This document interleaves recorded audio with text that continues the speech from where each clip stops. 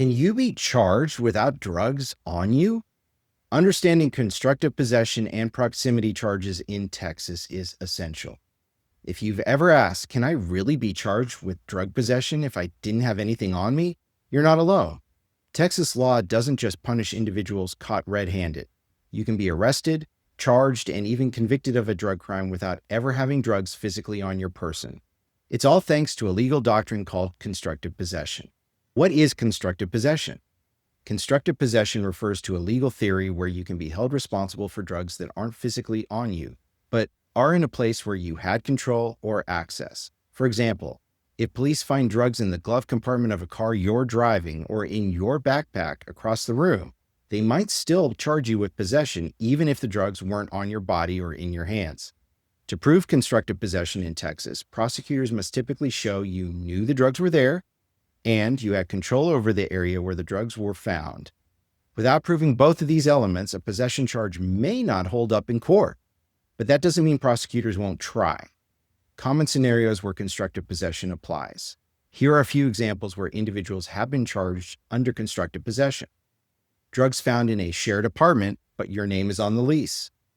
Illegal substances found in a car when you're the driver or a passenger. Drugs discovered in a backpack, purse, or jacket in your general vicinity. Narcotics found in a bedroom drawer, even if multiple people live in the home. In these cases, it often comes down to who had access and what kind of control you had over the area or container. So what role does proximity play? Another key factor is proximity, how close you were to the drugs when they were discovered. However, proximity alone is not enough to convict you. Courts in Texas have held that being near drugs isn't the same as possessing them, unless there's more evidence suggesting you were aware of and had control over the drugs.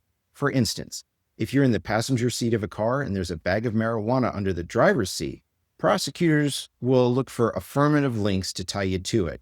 Those might include the smell of drugs on your clothing or vehicle, your statements to police, fingerprints on the drug container, the attempt to hide or dispose of the drugs. What are affirmative links? In constructive possession cases, prosecutors rely on affirmative links to connect you to the drugs. The more links they can show, potentially the stronger their case is.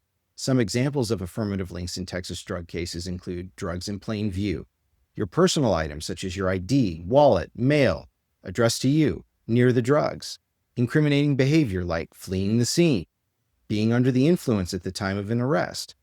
If they can't establish enough of these links, the case can and often should be dismissed.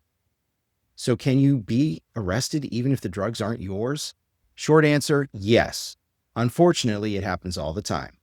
In drug busts involving multiple people, like in homes, cars, or parties, law enforcement will often arrest everyone present, especially if nobody claims ownership. That's why it's critical to not say anything without a lawyer present. You might think you're helping yourself by explaining the drugs belong to someone else, but prosecutors can and do use your statements against you. Here are some defenses against constructive possession charges. An experienced attorney can challenge the state's claim that you knew about the drugs or had control over them. Some common defenses include the lack of knowledge. You genuinely didn't know the drugs were there. You had no control or access. You didn't have authority over the area where drugs were found. No affirmative links.